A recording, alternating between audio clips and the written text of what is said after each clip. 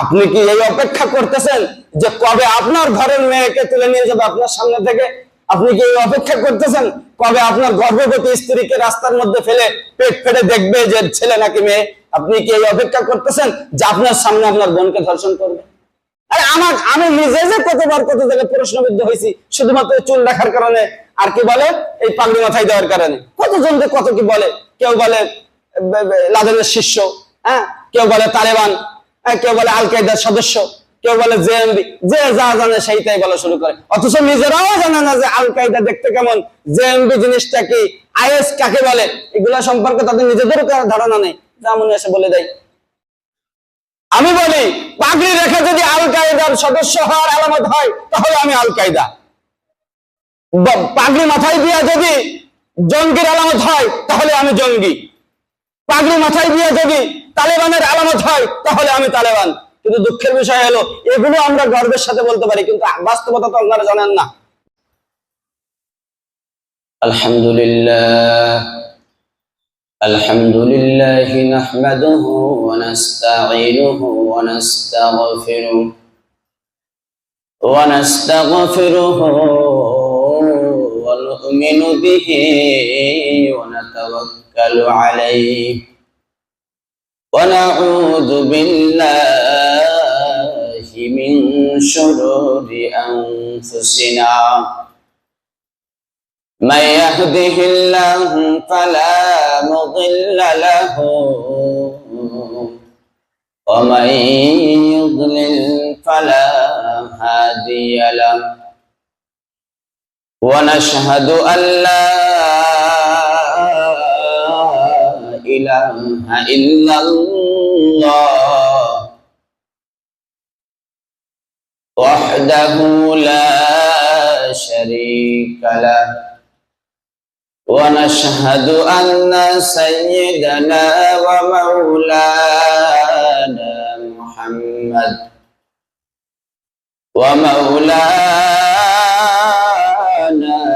محمدا عبده ورسوله الذي أرسله الله تعالى بالحق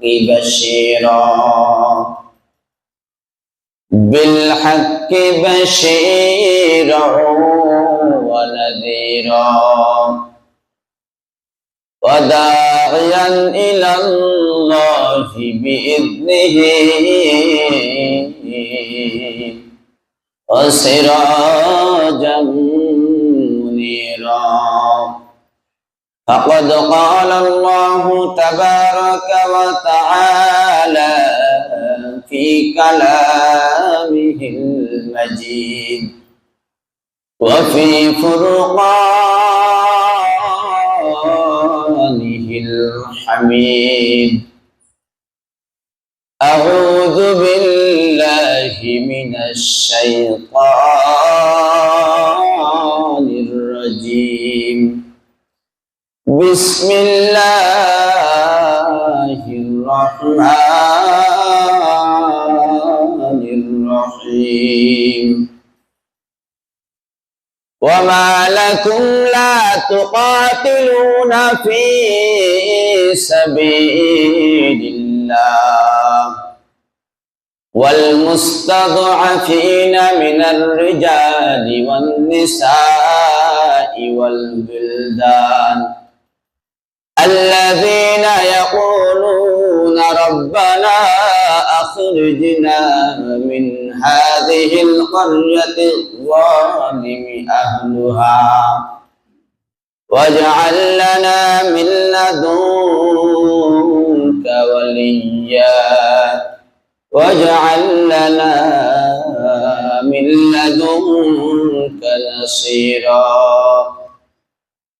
وقال سيدنا عليه الصلاة والسلام إنما المسلمون كجسد واحد. وقال سبحانه وتعالى في شان حبيبه ইন্নাল্লাহা ওয়া মালাইকাতাহু ইউসাল্লুনা আলান নবী ইয়া আইয়ুহাল্লাযীনা আমানু সাল্লু আলাইহি ওয়া সাল্লিমু তাসলিমা আল্লাহুম্মা সাল্লি আলা মুহাম্মাদিন ওয়া আলা আলি মুহাম্মাদ কামা সাল্লাইতা আলা ইব্রাহিম ওয়া আলা আলি ইব্রাহিম ইন্নাকা হামিদুম মাজিদ। সবাই আল্লাহুম্মা বারিক আলা মুহাম্মাদিন ওয়া আলা আলি মুহাম্মাদ কামা বারাকতা আলা ইব্রাহিম ওয়া আলা আলি ইব্রাহিম ইন্নাকা হামিদুম মাজিদ। दुनिया सदाकत में तेरा नाम रहेगा, दुनिया सदाकत में तेरा नाम रहेगा, सिद्दीक तेरा नाम से इस्लाम रहेगा, सिद्दीक तेरा नाम से इस्लाम रहेगा, दुनिया अदालत में तेरा नाम रहेगा, दुनिया अदालत में तेरा नाम रहेगा,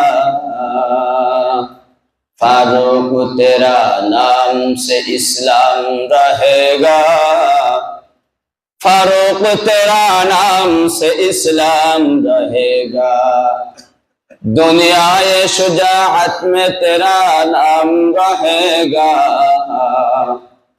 दुनिया शुजाअत में तेरा नाम रहेगा, अली तेरा नाम से इस्लाम रहेगा, अली तेरा नाम से इस्लाम रहेगा, दुनिया सखावत में तेरा नाम रहेगा,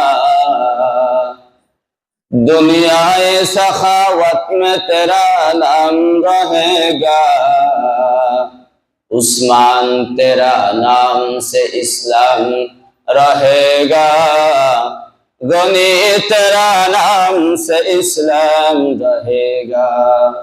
सुब्हानक ला इल्म लना इल्ला मा अल्लमतना इन्नका अंतल अलीमुल हकीम। सदक़ल्लाहुल अलियुल अज़ीम व सदक़ रसूलुहुन नबियुल करीम व नहनु अला ज़ालिका लमिनश शाहिदीन वश्शाकिरीन والحمد لله رب العالمين। আলহামদুলিল্লাহ, মহান পরওয়ারদিগার আলমের দরবারে কোটি কোটি শুকরিয়া যে মহান রব্বুল আলামিন আমাদেরকে শাওয়াল মাসের দ্বিতীয় জুমায় ইমানের হালতে শারীরিক সুস্থতা নিয়ে আমাদেরকে আল্লাহ তাআলার মহান হুকুম জুমার নামাজ আদায় করার জন্য মহল্লার মসজিদে আগে আগে উপস্থিত হওয়ার তৌফিক দান করেছেন। সেজন্য সেই প্রভুর দরবারে শুকরিয়া আদায় করি। সবাই বলে আলহামদুলিল্লাহ।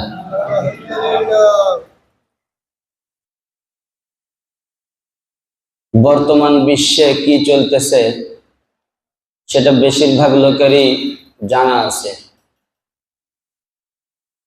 কারোরই অজানা থাকার কথা নয়। এরকম একটা পরিস্থিতিতে আল্লাহ তাআলা আমাদেরকে ভালোবেসে মহব্বত করে এত বেশি মহব্বত করেছেন যে আমাদের না কোনো প্রকারের কোনো অশান্তি, না আমাদের এলাকায় আমাদের সমাজে কোনো প্রকারের ধ্বংসলীলা চলতেছে, এরকম কোনো কিছুই নাই। সুখে শান্তিতে আমরা বসবাস করতেছি। কিন্তু পৃথিবীর বিভিন্ন দেশে বিভিন্ন জায়গায় মুসলমানরা বিভিন্নভাবে ইসলাম বিদ্বেষী যারা আছে, ইসলামের শত্রু দুশ্মন যারা আছে, তাদের দ্বারা নির্যাতিত হচ্ছে। বিশেষ করে বর্তমানে যে বিষয়টা নিয়ে সারা পৃথিবীতে তোলপাড় চলতেছে সেটা হলো গাজার মুসলমানদের বিষয়, ফিলিস্তিন। যদি শুরু থেকে বলতে হয় তাহলে উসমানীয় খেলাফত, আমার আলোচনা যদি শোনার আগ্রহ থাকে একটু কান মনোযোগ দিয়ে শোনার চেষ্টা করবেন। মুসলমান হিসাবে, ইমানদার হিসাবে আমি যদি নিজেকে মুসলমান বলে দাবি করি তাহলে এই বিষয়গুলো আমার জানা খুবই প্রয়োজন, খুবই জরুরি। প্রথম প্রথম হয়তো অনেকে না বুঝে আসতে পারে, কিন্তু শুনতে হবে। বুঝে আসুক আর না আসুক, কথাগুলো শুনতে হবে। শোনার পরে শেষ পর্যায়ে গেলেও হয়তো বুঝতে পারবেন ইনশাআল্লাহ। উসমানীয় খেলাফত তৎকালীন সময়ে এখনকার মতো যেরকম সুপার পাওয়ার আমেরিকা, ওই সময়ও তারা অনেক পাওয়ারে ছিল, ক্ষমতায় ছিল। ব্রিটিশরা, ইউরোপ কান্ট্রি, ওই সময় এখনকার মতো যেরকম ভাবে তারা পৃথিবীতে বিভিন্ন জায়গায় তাদের ক্ষমতা, তাদের পাওয়ার দেখানোর চেষ্টা করতেছে, সেই সময়ও তারা এরকম ভাবে তারা বিভিন্ন দেশ দখল করার চেষ্টা করেছে এবং দখলও করেছে। সোমালিয়া, লেবানন, ইরাক, এগুলো সহ আরো বিভিন্ন দেশ তারা দখল করেছে। তো এই ব্রিটিশরা তারা 1917 সালে, এখন থেকে কত বছর আগে হবে? 100 না, ব্রিটিশ ভারত থেকে গিয়েছে মাত্র কয় বছর? আমি বলতেছি 1917 সালের কথা, অর্থাৎ এখন থেকে 106 বছর আগে, 108 বছর আগে। এই 108 বছর আগে, এই 108 বছর আগে তখন ওই উসমানীয় খেলাফতের আগে থেকে নিয়ে, ওই সময় থেকে নিয়ে ব্রিটিশরা তুরস্কের সাথে একটা ব্যবসা করত। বিশেষ করে তাদের যে বাণিজ্যিক ব্যবসা ছিল তার মধ্যে একটা বিষয় ছিল খুবই গুরুত্বপূর্ণ, সেটা হলো তারা যে অস্ত্র সরঞ্জামাদি তাদের ছিল, এগুলো সংরক্ষণের জন্য, এগুলো যত্ন করে রাখার জন্য এক প্রকারের অ্যাসিড ছিল, গ্লিসারিন জাতীয় এক প্রকারের অ্যাসিড। এটা তাদেরকে সাপ্লাই দিত তুরস্ক, এই ব্রিটিশদেরকে। তো একটা সময় এসে তুরস্ক তাদেরকে এটা দেওয়া বন্ধ করে দিল। যখন দেওয়া বন্ধ করে দিল, তখন তারা তো খুঁজতেছে কি করে এই জিনিসগুলো আমরা আবার কোনো জায়গা থেকে আমদানি করতে পারি, রপ্তানি করতে পারি, আমাদের পর্যন্ত পৌঁছাতে পারে। আমাদের এই জিনিসগুলো তো সংরক্ষণ করতে হবে। এটা হলো 1917 সালেরও আগে। তো 1917 সালের দিকে ইহুদিদের একজন বৈজ্ঞানিক, তার নাম হলো কাইম ইয়াজম্যান। এই ইহুদি বৈজ্ঞানিক কাইম ইয়াজম্যান, সে এক প্রকার অ্যাসিড আবিষ্কার করলো। যেহেতু বৈজ্ঞানিক, সেটা আবিষ্কার করার পরে ইহুদিদের এই ব্রিটিশদের কাছে গিয়ে উপস্থাপন করলো। তার বিভিন্ন ব্যবহার বিধি, এগুলো তাদের কাছে উপস্থাপন করার সাথে সাথে তারা খুব আনন্দের সাথে, আগ্রহের সাথে এটা গ্রহণ করে নিল। আর এইটা ছিল মূলত এই যে তুরস্কের সাথে যে অ্যাসিডের এরা ব্যবসা করতো, যে গ্লিসারিনের, এটা অল্টারনেটিভ, অর্থাৎ ওইটা দিয়ে যেই কাজ হবে এটা দিয়ে সেই একই কাজ হবে। সাথে সাথে তারা এটা গ্রহণ করে নিল। এটা গ্রহণ করে নেওয়ার পরে তাদের এই ইহুদি বৈজ্ঞানিকের যে আবিষ্কারটা ছিল এই অ্যাসিড, এটা দিয়ে তারা অনেক উপকৃত হলো। তারা ওই সময় কয়েকটা দেশ তারা দখল করে নিল। দখল করার পরে ব্রিটিশদের মধ্যে থেকে একজন, সে কাইম ইয়াজম্যান বৈজ্ঞানিককে ডেকে বলল, তোমার দ্বারা আমাদের অনেক উপকার হয়েছে, বলো তুমি কি চাও। এই কাইম ইয়াজম্যান তখন সেই সময়ে এই সুপার পাওয়ার যারা ছিল, সেই মোড়ল, তাদেরকে বলল, সে জানতো, এই ইহুদি বৈজ্ঞানিক জানতো, সে তো জাতে ইহুদি, সে জানতো ইহুদিদের নিজস্ব কোনো ভূমি নাই। তারা তখন যাযাবরের মতো বর্তমানে বাংলাদেশে যেরকম রোহিঙ্গারা বসবাস করতেছে, ঠিক এরকম ভাবে বিভিন্ন জায়গায়। আর তারা ছিল পৃথিবীর বুকে একটা কলঙ্ক তৈরিকার, কলঙ্কের ইতিহাস তৈরিকারী একটা জাতি, তার নাম হলো ইহুদি। সমাজে দেখবেন বিভিন্ন জায়গায় ছেলে হোক, বুড়ো হোক, মুরব্বী, বয়স কম হোক বেশি হোক, মহিলা, এর মধ্যে দেখবেন এক দুজন মানুষ কোনো প্রায় সমাজে দেখা যায় তাদেরকে কেউ পছন্দ করে না, তাদের কোনো কাজই কেউ পছন্দ করে না। এরকম একটা জাতি, তার নাম হলো ইহুদি। এর আগে তাদেরকে প্রায় সমূলে, যখন হিটলার ছিল, প্রায় সমূলে তাদেরকে মেরে ফেলার একটা চক্রান্ত করেও, একটা সিদ্ধান্ত নিয়েও কিছু সংখ্যক ইহুদি হিটলার রেখে গেছিল, যাতে করে হিটলারকে পরবর্তী ইতিহাস, পৃথিবীর পরবর্তী প্রজন্ম যাতে করে তাকে দোষারোপ করতে না পারে যে তুমি একটা জাতিকে সমূলে ধ্বংস করেছো। আর এখন পৃথিবীর মানুষ হাড়ে হাড়ে টের পাচ্ছে। তাদের কথা হলো যে তারা চিন্তা করে, বলে যে হিটলার কেন এইগুলাকে রেখে গেল, এগুলা যদি একবারে ওই সময় শেষ করে দিত তাহলে পৃথিবীর মানুষের এখন এই অশান্তি ভোগ করা লাগতো না। তো ওই সময় এই ইহুদি যারা, তারা পৃথিবীর বিভিন্ন জায়গায় ছড়ানো ছিটানো ছিল। এমনকি আমাদের তখন বাংলাদেশ, ভারত, পাকিস্তান যখন একত্রিত ছিল, সেই সময়ে তারা ভারতবর্ষেও তারা দখল করে নিয়েছিল। প্রায় 200 বছরের মতো তারা ভারতবর্ষ দখল করে তারা শাসন কার্য পরিচালনা করছে এই সেই ব্রিটিশরা। তারা ওখান থেকে, এই ইহুদি বৈজ্ঞানিক, সে জানতো যে নিজেদের থাকার কোনো আবাসস্থল তাদের নাই। তখন সে সুবর্ণ সুযোগ মনে করে তাদের কাছে বলল, ব্রিটিশ, আপনি আমাদের ইহুদিদের থাকার জন্য একটা জায়গা করে দেন, আমাদের নিজস্ব কোনো ভূমি নেই। তো তখন ব্রিটিশরা স্বাভাবিকভাবে সাময়িক সময়ের জন্য একটা ছোট্ট সিদ্ধান্ত দিল তাদেরকে। এটা স্থায়ী সিদ্ধান্ত ছিল না। তখন তাদেরকে বলল যে ফিলিস্তিনে গিয়ে তোমরা বসবাস করতে থাকো। ফিলিস্তিনে মানে বিষয়টা কেমন হলো? বিষয়টা হলো এরকম যে আমি একজনের সাথে একটা চুক্তি করলাম যে তুমি আমার একটা কাজ করে দাও। তো সে আমার একটা কাজ করে দিল। এখন আমার কাছে যখন মজুরি চাইলো, পারিশ্রমিক চাইলো, আমি বললাম যে যাও, অমুক ঘরটা তোমার যেই ঘরের মালিক আমি না। কথা বুঝতেছেন না? মানে কাজ করলো আমার, আর আমি পারিশ্রমিক দিচ্ছি আরেকজনের সম্পদ, যে যাও তুমি ওইগুলা নাও। এরকম হয়ে গেল। কথার কথা, আমি লেনদেন করলাম আমাদের মেম্বার সাহেবের সাথে। মেম্বার সাহেবের কাছে যখন পারিশ্রমিক চাইতে গেলাম, তো মেম্বার সাহেব বলল, রহমত কাকার বাড়ি দেখাই দিয়ে বলল, যান, এটা আপনার।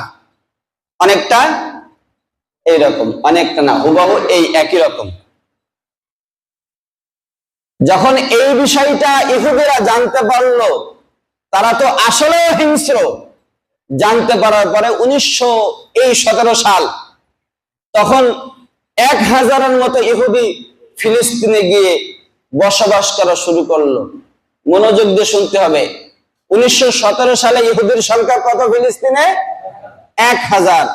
যখন 1918 সাল হলো, তখন ফিলিস্তিনে ইহুদিদের সংখ্যা গিয়ে দাঁড়ালো 20,000। এক বছরে কত বাড়লো? 19,000। যখন 1923 সাল, তখন ফিলিস্তিনে ইহুদিদের সংখ্যা গিয়ে দাঁড়ালো 35,000। বুঝতেছেন কি পরিমাণ বাড়তেছে? তারা পৃথিবীর বিভিন্ন জায়গায় তারা বসবাস করতেছিল যাযাবরের মতো। নিজেদের ভূমি নাই তো, সব জায়গায় থেকে তারা বিতাড়িত। যখন 1931 সাল এসে পৌঁছালো, তখন ফিলিস্তিনে ইহুদিদের সংখ্যা গিয়ে দাঁড়ালো 1,80,000। আর যখন 1947 সালে এসে পৌঁছালো, তখন ফিলিস্তিনে ইহুদিদের সংখ্যা গিয়ে দাঁড়ালো 5 লক্ষেরও বেশি। কত সালে? 1947 সালে। এগুলো জানার দরকার কিনা বলেন? দরকার আছে না এটা জানা? ভূমিটা কাদের? জায়গা কাদের? মুসলমানদের জায়গা। কাদের জায়গা? মুসলমানদের জায়গা। কত বছর? মাত্র 20 বছরে। 17 থেকে 47, 20 বছর, 30 বছর, 30 বছরে যেখানে একজন ইহুদি ছিল না, সেখানে 5 লক্ষের মতো ইহুদির বসবাস। তাদেরকে প্রথমে থাকতে দেওয়া হয়েছিল। প্রথমে তারা ওখানে থাকা শুরু করলো।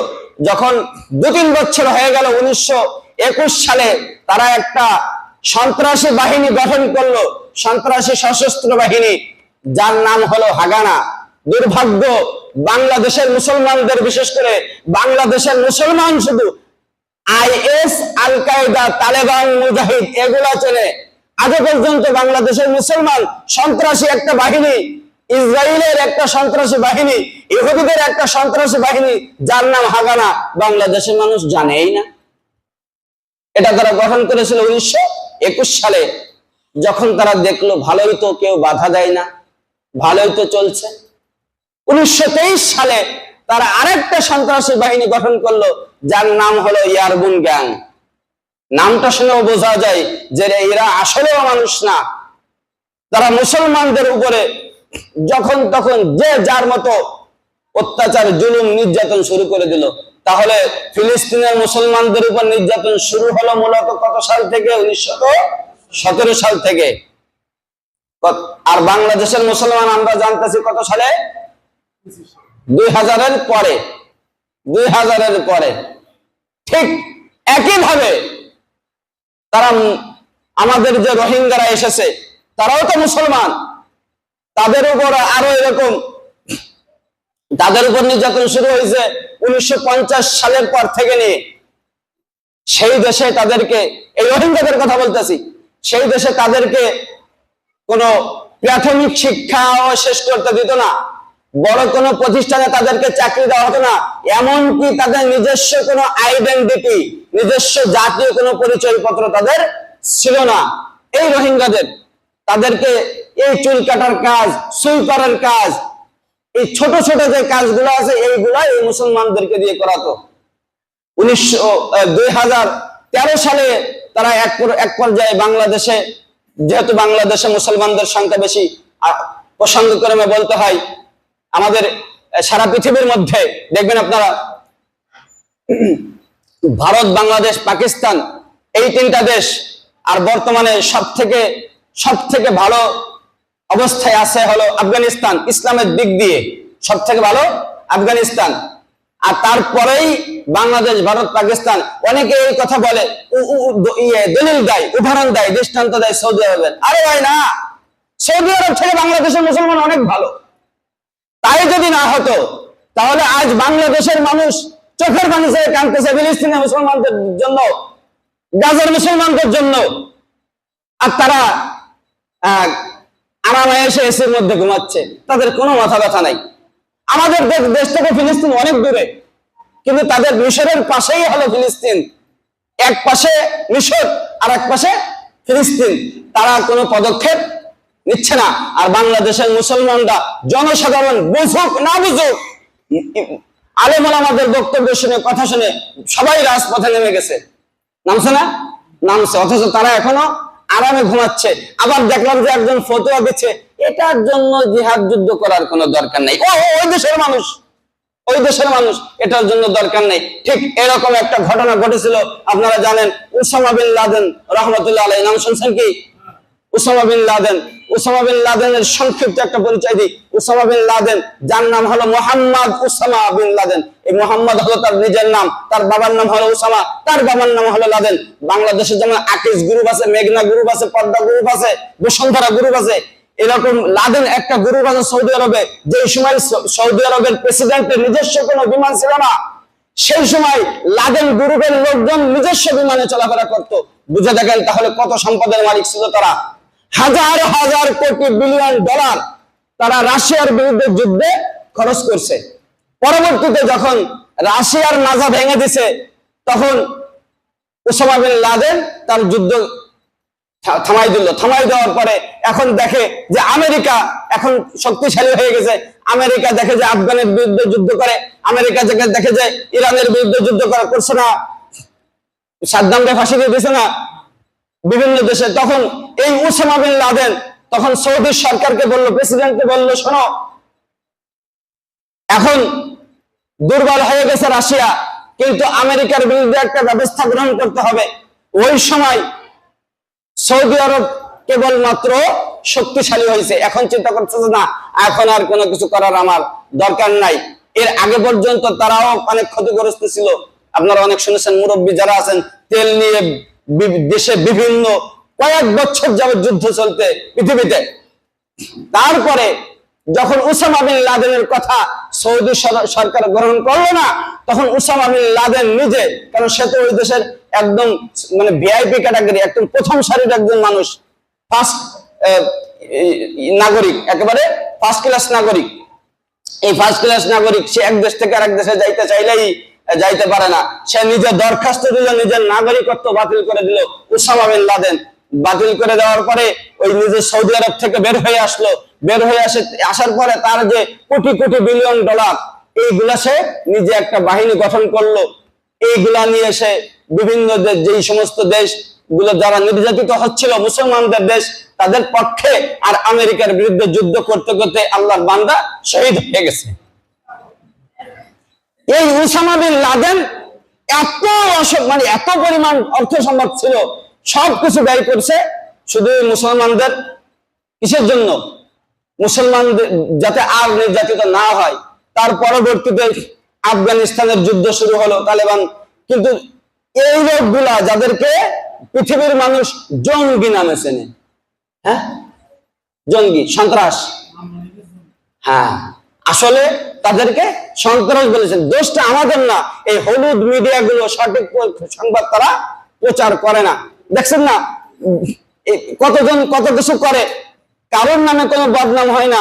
আমাদের সিনিয়র যারা আছে, মুরব্বী যারা আছে, দেখুন বর্তমানে যে আমাদের ডাক্তার শফিকুর রহমান সাহেব, এই জাতীয় যারা আছে, মামুন হক সাহেব, তারপরে ইসলামী আন্দোলনের চরমনার যারা আছে, এরা কিছু করুক আর না করুক, আগেই মোটামুটি শুরু হয়ে যায়। একজন তার নিজের স্ত্রী নিয়ে হোটেলে গেছে, সেখানে গিয়ে তারা এই মিডিয়ার লোকজন গিয়ে কত হাঙ্গামা দাঙ্গাম, কত কি করে টেরে তার সেই বেচারার একদম জীবনটাই নষ্ট করে দিচ্ছে। আল্লাহ, মামুন হকের কথা বলতেছি।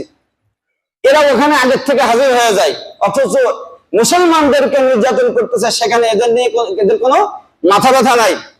এর মধ্যে আর এক শ্রেণীর সংগঠন আছে কি, ওই মানবতা বিরোধী আন্দোলন করে না, কি বলে ওদেরকে, এরা আছে এক শ্রেণীর। এরা এখন কি মানবতা বিরোধী কাজ হচ্ছে না ফিলিস্তিনে, এখানে এদের কোনো মাথা ব্যথা নাই। যাই হোক, এই উসামা বিন লাদেন সহ এরকম অনেক মানুষ এগুলা করছে। তো সেই সময় বলতেছিলাম 1947 সালে আমরা জানি হলো আমাদের আলেম সমাজ যদি কোনো একটা পদক্ষেপ নাই, তাদের বিরুদ্ধে জঙ্গি, আল কায়দা, বাংলা ভাই, আরে যা যা জানি আমরা সবকিছু বলে ফেলি। কিন্তু আমরা মুসলমানরা আমরা আসলে জানি না যে এরা সন্ত্রাস নাকি ওরা সন্ত্রাস। মুসলমানদের কিভাবে কলঙ্কিত করা হয়, কিভাবে কলঙ্কিত করা হচ্ছে। দুর্ভাগ্যের বিষয়, মানে 4-5 দিন আগে, কিছু মনে করবেন না, আমার মনে হয় যে আল্লাহ তাআলা, মানে ওই আল্লাহ তাআলা বলছি, তার বাবা যে তাকে আসলে কি সে জারজ সন্তান কিনা সন্দেহ আছে, খুব সম্ভব জারজ সন্তান হওয়ার সম্ভাবনা আছে। বাংলাদেশের রাজনৈতিক কর্মকাণ্ড নিয়ে যে কোনো কিছু ভাঙচুর হতেই পারে, এটা বাংলাদেশের রাজনৈতিক কর্মকাণ্ড, ঠিক না? এটা বাংলাদেশের অবস্থা। এইটা নিয়ে একজন সোশ্যাল মিডিয়ায় পোস্ট করছে, কথাগুলো ভালো করে বুঝবেন। সোশ্যাল মিডিয়ায় পোস্ট করছে কি, 32 নম্বর ভাঙছে না, ঢাকায় ভাঙচুর হয়েছে না, এই কুলাঙ্গার বলতেছে ঠিক আছে, তোমরা 32 নম্বর ভাঙছো আর এখন ফিলিস্তিনে নির্যাতিত হচ্ছ। কত বড় কুলাঙ্গার, চিন্তা করা যায়। হ্যাঁ, কিসের সাথে কি মেলাইলে তুমি, কি বুঝে কি বললে তুমি? এই হলো মানুষের মেন্টালিটি, মানুষের নিজের জ্ঞান, কি কখন কি বলতে হয়, কি যে হচ্ছে, নিজেদের কোনো খেয়াল নাই, খুশি মানে বুঝ নাই, কি কি দিয়ে আমি কি বলতেছি। যাই হোক, এরপরে যখন এই সন্ত্রাসী বাহিনী প্রথমে গঠন করলো, তারা কি হাগানা 1921 সালে, 1923 সালে গঠন করলো এয়ারবুন গ্যাং, সন্ত্রাসী বাহিনী। এরা কি করত, এরা হলো যখন তখন যে কাউকে যেখানে সেখানে ধরে তার সম্পদ কেড়ে নিত, তার বাড়ি দখল করত, সুন্দরী কোনো মেয়ে থাকলে তার উপর নির্যাতন করত। এইগুলো ছিল এদের কাজ। যখন এতেও দেখে যে কেউ বাধা দেয় না, এরপরে তারা আরেকটা সশস্ত্র বাহিনী গঠন করলো, তার নাম হলো ইস্টার্ন গ্যাং। জানেন আপনারা, কখনো শুনছেন ইস্টার্ন গ্যাং? শুনছেন কখনো এই নাম? শোনেন নাই? শুনবেন কেন? শুনবেন হলো আলেম সমাজ, যারা সঠিক পথের, যারা তালেবানরা, যারা মুজাহিদরা, এরা, এদেরকে আমরা কলঙ্কিত করার চেষ্টা করব। আরে আমি নিজে যে কতবার কত জায়গায় প্রশ্নবিদ্ধ হয়েছি শুধুমাত্র চুল রাখার কারণে, আর কি বলে এই পাগড়ি মাথায় দেওয়ার কারণে। কতজন যে কত কি বলে, কেউ বলে লাদেনের শিষ্য, হ্যাঁ, কেউ বলে তালেবান, কেউ বলে আল কায়দার সদস্য, কেউ বলে জেএমবি, যে যা জানে সেইটাই বলা শুরু করে। অথচ নিজেরাও জানে না যে আল কায়দা দেখতে কেমন, জেএমবি জিনিসটা কি, আইএস কাকে বলে, এগুলা সম্পর্কে তাদের নিজেদেরও ধারণা নেই, যা মনে এসে বলে দেয়। আমি বলি, পাগড়ি রেখে যদি আল কায়দার সদস্য হওয়ার আলামত হয়, তাহলে আমি আল কায়দা। পাগড়ি মাথায় দিয়া যদি জঙ্গির আলামত হয়, তাহলে আমি জঙ্গি। পাগড়ি মাথায় দিয়ে যদি তালেবানের আলামত হয়, তাহলে আমি তালেবান। কিন্তু দুঃখের বিষয় হলো, এগুলো আমরা গর্বের সাথে বলতে পারি, কিন্তু বাস্তবতা তো আপনারা জানেন না। বলতে গেলে সময়ের সাথে পারবো না। শুধু এই ফিলিস্তিনের বিষয়টা বলে আসি। যখন এইভাবে চলতেছিল, বুঝতেছেন, আপনার বাড়ি, আপনার ঘর, আর আরেকজন শাসক আপনার ওখানে লোক চাপাই দিল যে এখানে তুমি বসবাস করো। এরপরে এই 30 সালের পরের দিকে এসে তারা নিজেরা ঘোষণা করতে শুরু করলো, এটা আমাদের স্বাধীন দেশ। কারা? ইসরায়েলের ইহুদিরা। তারা, বুঝতেছেন না? আপনি আর এক বাড়ি বসবাস করতেছেন, ধরেন কথার কথা, এখন আমাদের দেশে রোহিঙ্গারা যদি নিজেদেরকে বলে এটা আমাদের দেশ, হবে? মানবেন আপনারা? এরকম করতেছিল। চলতে চলতে 1968 সালের দিকে এই লোকগুলা, এই ফিলিস্তিনি মুসলমান, তারা নিজেরা একটা সংগঠন তৈরি করলো এদের বিরুদ্ধে প্রতিহত করার জন্য, প্রতিশোধ নেওয়ার জন্য। কিন্তু 2-1 বছরের মধ্যে এরা আবার ধূলিসাৎ হয়ে গেল, টিকতে পারে নাই। কেন টিকতে পারে নাই? কারণ হলো 1947 সালে, যারা একটু ইতিহাস সম্পর্কে জানে তারা জানে, 1947 সালে তখন যখন ভারত, বাংলাদেশ, পাকিস্তান থেকে এই ব্রিটিশরা এখান থেকে চলে গেল, তারপর ওই সময় ব্রিটিশরা ওখান থেকে একটা ঘোষণা দিল, যে ঘোষণাটা ইতিহাসে বেলফুরের ঘোষণা নামে পরিচিত। এই বেলফুরের ঘোষণা, সেই ঘোষণা ছিল ওখানে যে মুসলমানরা তাদের কাছে একটা নালিশ, একটা অভিযোগ নিয়ে গেল বিশ্ব মোড়ল যারা ব্রিটেন, তাদের কাছে। বুঝতেছেন না? ছেলে চুরি করছে, বাপের কাছে নালিশ দিয়েছেন। বাপ চুরি করতেই পাঠাইছিল ওকে, বাবা তার ছেলেকে চুরি করতে পাঠাইছে, আপনি হাতে নাতে ধরে এখন বাবার কাছে নালিশ করতেছেন। বাবা কি বিচার করবে? অনেকটা এইরকম। কারণ ফিলিস্তিনে থাকতে তো তারা বলছে, আপনি বিচার কে পাবেন? সেখানে গিয়ে বিচার দায়ের করলে তখন তারা ঘোষণা দিল, আচ্ছা ঠিক আছে, তাহলে আমরা একটা সমাধান দিই। কি সমাধান? ওই সময় ফিলিস্তিনের মোটামুটি, এটা তো অনেক বড় ছিল ফিলিস্তিন, আগে থেকেই তারা অনেক দখল করে নিয়েছিল। ওই সময় ফিলিস্তিনের আয়তন ছিল 27,000 বর্গ কিলোমিটার। কত হাজার বর্গ কিলোমিটার? 27,000 বর্গ কিলোমিটার। এই 27,000 বর্গ কিলোমিটারের মধ্যে ফিলিস্তিনের মুসলমান ছিল 12 লক্ষ। কত লক্ষ? 12 লক্ষ। এর মধ্যে ঢুকছে ইসরায়েলরা কত লক্ষ? 5 লক্ষ। আরো আসতেছে। এই সময় যখন তারা তাদের কাছে একটা সমাধান চাইলো, তখন তারা সমাধান দিল, আচ্ছা ঠিক আছে, তোমাদেরকে একটা সমাধান দিয়ে দিই। সমাধানটা হলো যে যেহেতু তারা এখানে বসবাস করতেছে, তাদেরকে একটা থাকার জায়গা তোমাদের দিতে হবে। আচ্ছা ঠিক আছে, তারা 5 লক্ষ। এই 5 লক্ষ ইহুদিদের জন্য তারা বরাদ্দ করলো 63% জায়গা। কত পার্সেন্ট? 63% জায়গা। আর মুসলমানদের জন্য বরাদ্দ করলো 27% জায়গা।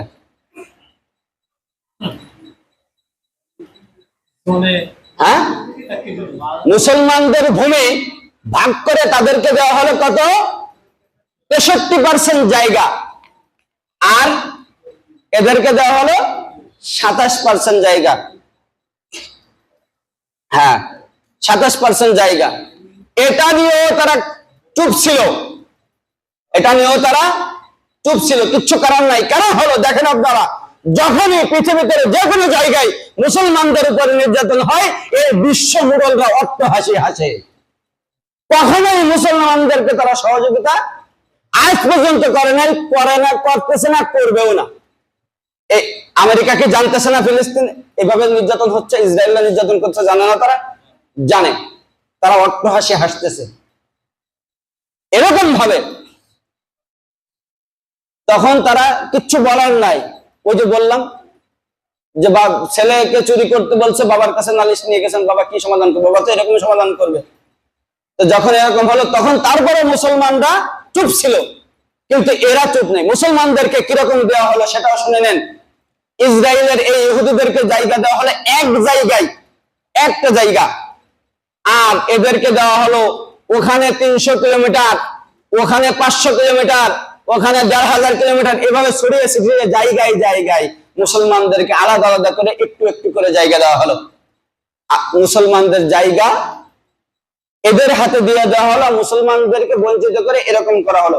এরপরেও মুসলমান বসে থাকবে? থাকবে? এখন যদি মুসলমান প্রতিবাদ করে তাহলে মুসলমান হয়ে যায় সন্ত্রাস। এখন যদি মুসলমানরা অস্ত্র তুলে নেয় তাহলে মুসলমান হয়ে যায় সন্ত্রাস, জঙ্গি। এরকমই চলতেছিল। তারপরে 1986 সালের দিকে এসে বর্তমান ফিলিস্তিনের যেই সংগঠন নামে আপনারা জানেন, হামাস, হামাস হামাস এটা একটা সংগঠনের নাম। এই হামাস সংগঠন তারা গঠন করলো, কিন্তু তারা কোনো প্রকার সফলতার দিকে যাইতে পারতেছিল না।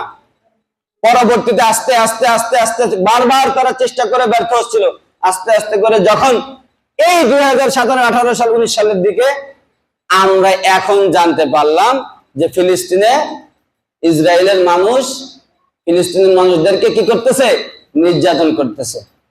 এরপরও আমাদের সমাজের মানুষ, আমাদের দেশের মানুষ সবাই খুব সুন্দর নীরবে ঘুমাচ্ছে। তো এই যে যে মানুষগুলা যখন শেষ দিকে আসলো, মানে দেয়ালে পিঠ থেকে গেছে, আর কিছু করার নাই। মাত্র 6000 বর্গ কিলোমিটারের মতো জায়গা তাদের ছিল ফিলিস্তিনের মুসলমানদের জন্য বসবাস করার জন্য। 12 লক্ষর বেশি মুসলমান তাদের বসবাস করার জন্য মাত্র 6000 বর্গ কিলোমিটারের মতো জায়গা ছিল। এরপরে যখন এখান থেকে দখল করা শুরু করলো, তখন এরা সিদ্ধান্ত নিল হয়তো এদেশ থেকে এদেরকে বিতাড়িত করব, না হলে আমাদের নিজের জীবনটাই দিয়ে দেব। কেন? কারণ দেখেন আপনারা, বাংলাদেশের ইতিহাস বলি সামনের পরে, এখনো 1 বছর হয় না, মাত্র কয়েক মাস হলো বাংলাদেশের ছাত্ররা আন্দোলন করছে না? করছে কেন? খুব আনন্দের জন্য? এদের দেয়ালে পিঠ থেকে গেছে, তাই কি তাদেরকে আপনি জঙ্গি বলবেন? এরা জঙ্গি না, এরা নিজেদের পিতৃভূমি দখল করার জন্য লড়াই করছে। আপনার সামনে যদি আপনার বোনকে ধর্ষণ করে তাহলে আপনি চুপ করে থাকবেন ভাই হয়ে? আপনার বিবাহিত নব স্ত্রী তাকে আপনার সামনে তুলে নিয়ে যাচ্ছে, আপনি চুপ করে বসে থাকবেন? আপনার সামনে আপনার মাকে ধর্ষণ করতেছে, আপনি চুপ করে বসে থাকবেন? আরে শুধু কি তাই, 5 মাসের বাচ্চা, 6 মাসের বাচ্চা তাদের উপরে তারা নির্যাতন করছে। শুধু এখানেই তারা ক্ষান্ত না, কোন গর্ভবতী মহিলা দেখলে তারা নিজেরা চলতে দেখি এর পেটে কি আছে, ছেলে নাকি মেয়ে। কত বড় নরপিচাস! এদের বিরুদ্ধে যুদ্ধ করতে গেল তারা হয়ে গেল জঙ্গি, তারা হয়ে গেল সন্ত্রাস। এখন বলেন তাহলে কি করা? এখনো কি তারা চুপ করে থাকবে? এখনো কি চুপ করে থাকার কথা? আল্লাহ তাআলা বলেন, মা লাকুম লা তুকাতিলুনা ফি সাবিলিল্লাহ ওয়াল মুস্তাদআফিনা মিনার রিজালি ওয়ান নিসাই ওয়াল বিলদান। আল্লাহ তাআলা বলেন, তোমাদের কি হয়েছে? আপনারা কোরআন মানেন না, হাদিস মানেন না?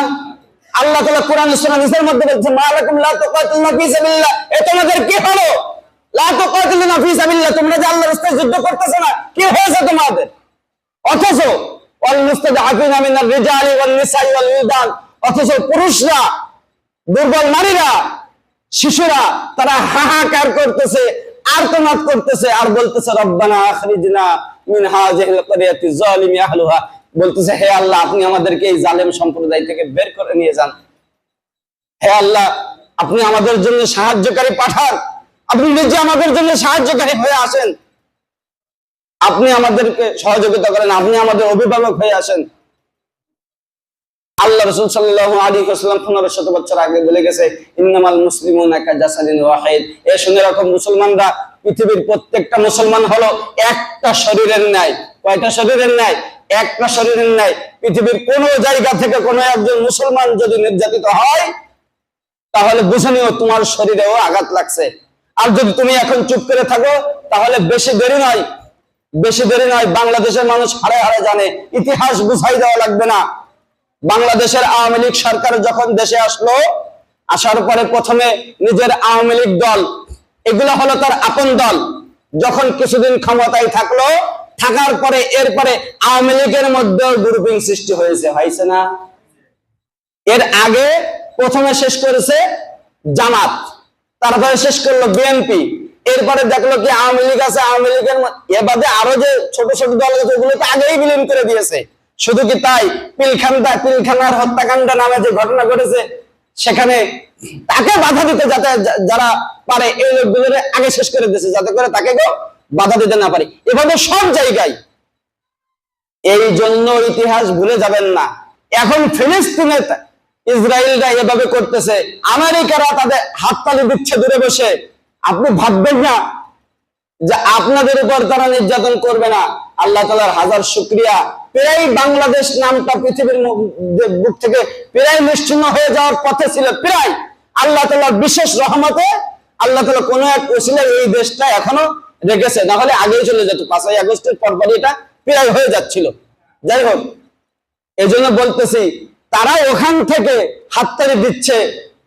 দেখেন এত কিছু হচ্ছে, এরপরে বিশ্ব মডেলরা, যারা সুপার পাওয়ার, যারা সারা বিশ্ব শাসন করে, এদের কোনো মাথা ব্যথা নাই, তারা চুপ করে বসে আছে। তো তারা ওখানে মুসলমানদের উপর নির্যাতন হচ্ছে, তারা চুপ করে বসে আছে। বাংলাদেশের উপরে নির্যাতন হবে, তখনও তারা চুপ করে বসে থাকবে। আপনি কি এই অপেক্ষা করতেছেন যে কবে আপনার ঘরের মেয়েকে তুলে নিয়ে যাবে আপনার সামনে থেকে? আপনি কি এই অপেক্ষা করতেছেন কবে আপনার গর্ভবতী স্ত্রীকে রাস্তার মধ্যে ফেলে পেট ফেটে দেখবে যে ছেলে নাকি মেয়ে? আপনি কি এই অপেক্ষা করতেছেন যে আপনার সামনে আপনার বোনকে ধর্ষণ করবে?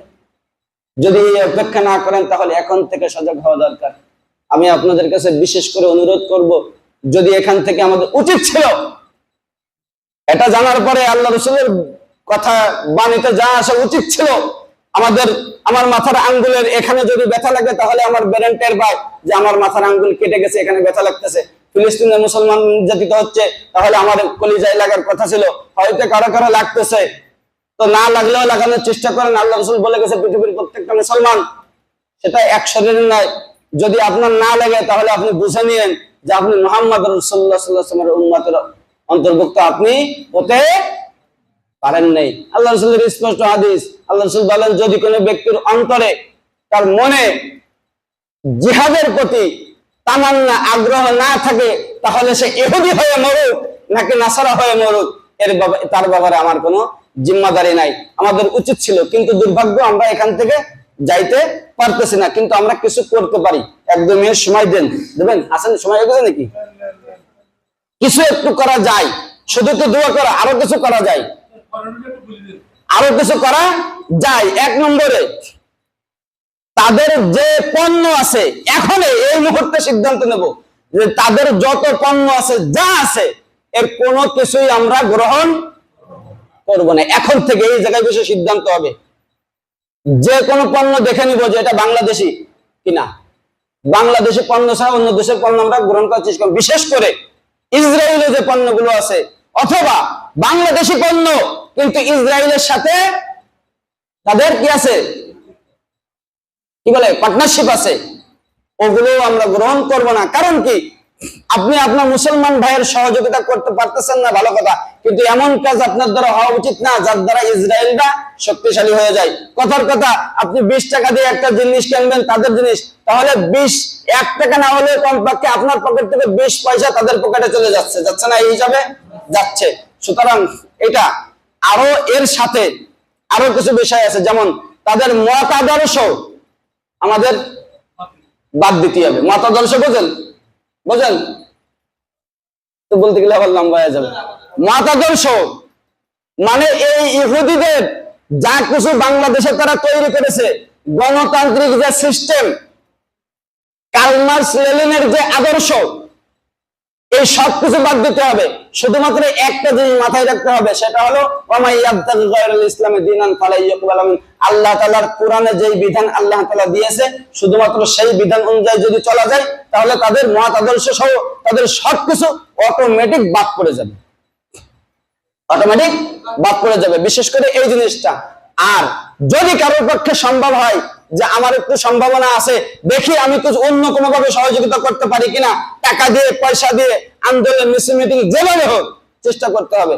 যদি না পারেন, আমি তো বলি, আমি এই যে ঈদের পরে তো বাড়ি আপনারা সবাই যার মতো ছিলেন, আমি বাড়িতে গেলাম, আমি মানে একটু নিজের ভিতরে একটা দুশ্চিন্তা, আমার কাছে দেখি ছোট হবে সব একদিন ফোন দিয়ে বলতেছে, হুজুর কি অবস্থা, টেনশন, তো মানে একটা দুশ্চিন্তা কাজ করতেছে। আল্লাহ, এই অবস্থায় যদি মারা যায়, এই অবস্থায় যদি আমি মারা যাই, আর আল্লাহ তাআলা যদি আমার কাছে জিজ্ঞাসা করে ফিলিস্তিনের মুসলমানরা এইভাবে নির্যাতিত হয়েছে, তা তুমি কি করিছো, আমি তার কি জবাব দিব? আমাকে এই কয়টা দিন শুধু একটাই চিন্তা আমাকে করে করে খাচ্ছে, যে এখন এই অবস্থা মারা গেলে কি জবাব দেবো? আল্লাহ রাসূলের ওই বাণীর সাথে কি আমি মিলে যাব? যে আল্লাহ রাসূল যদি বলে যে তুমি ইহুদি কি নাসারা আমি জানি না, যদি এরকম হয়ে যায়, তাহলে এত কষ্ট ক্লেশ করার লাভটা কি হবে? এজন্য বিশেষ করে কমপক্ষে এই একটা কষ্ট করা যায় না? বলেন কোনটা যেন? হ্যাঁ, ইহুদিদের পণ্য টোটাল বর্জন। আরো কিছু বিষয় বর্জন করার আছে, সেগুলো ইনশাল্লাহ সামনে বলবো। আমরা রাজি আছি না বর্জন করতে? আমার কথা আপনারা বোঝেন নাই? যদি বুঝে থাকেন তাহলে বলেন তো, ইহুদিদের পণ্য বর্জন করবেন কে কে? এখন থেকে ইহুদিদের পণ্য আল্লাহ কবুল করে নেন, সকলে বলে আমিন। সবগুলো তো আর আমি জানি না, দোকানে গেলে দোকানদারের কাছে জিজ্ঞেস করলে বলে দেবে, যে কোনো দেখলে বুঝবেন, ঠিক আছে? বিশেষ করে আচ্ছা, নেট দেখা লাগবে না, দোকানদারের কাছে জিজ্ঞেস করলে দোকানদার, ভাই এটা কি ইসরায়েলি পণ্য কিনা? যদি হ্যাঁ, তো বাদ। আমি বাড়িতে গিয়ে মোটামুটি তাদেরকে সচেতন করছি। আর সাথে সাথে আমাদের মসজিদ কমিটির কাছে আমি একটা প্রস্তাব রাখবো এই এখনই, সেটা হলো কি, এটা নিয়ে কি আমরা কোনো মিছিল টিছিল করতে পারি কিনা? হ্যাঁ, সম্ভব? বুঝতেছি না আমি, মানে আমরা ওই পর্যন্ত পৌঁছাতে পারতেছি না, কিন্তু মিডিয়ার মাধ্যমে হলেও তাদেরকে আমরা জানাতে চাই যে গাবুরাতে পাঁচশামারিতে মুসলমান আছে যারা ইসরায়েলের পক্ষে না, যারা ফিলিস্তিনের পক্ষে। আমরা ইসরায়েলের বিপক্ষে, কমপক্ষে এতটুকু জানান দেওয়া যায়। আমাদের অনেক উলামায়ে কেরাম তারা ইসে পর্যন্ত গেছিল, বিভিন্ন জায়গায় গিয়ে এই যে দূতাবাস পর্যন্ত তাদের কাছে গিয়েছে, তাদের কাছে কিছু স্মারকলিপি দিয়েছে। তো আমরা এখান থেকে যতটুকু পারি, নাকি বলেন, মুসলমান হিসেবে কমপক্ষে আল্লাহ তাআলার কাছে জবাব দেওয়া যায় এমন কিছু তো কমপক্ষে করতে হবে, নাকি বলেন?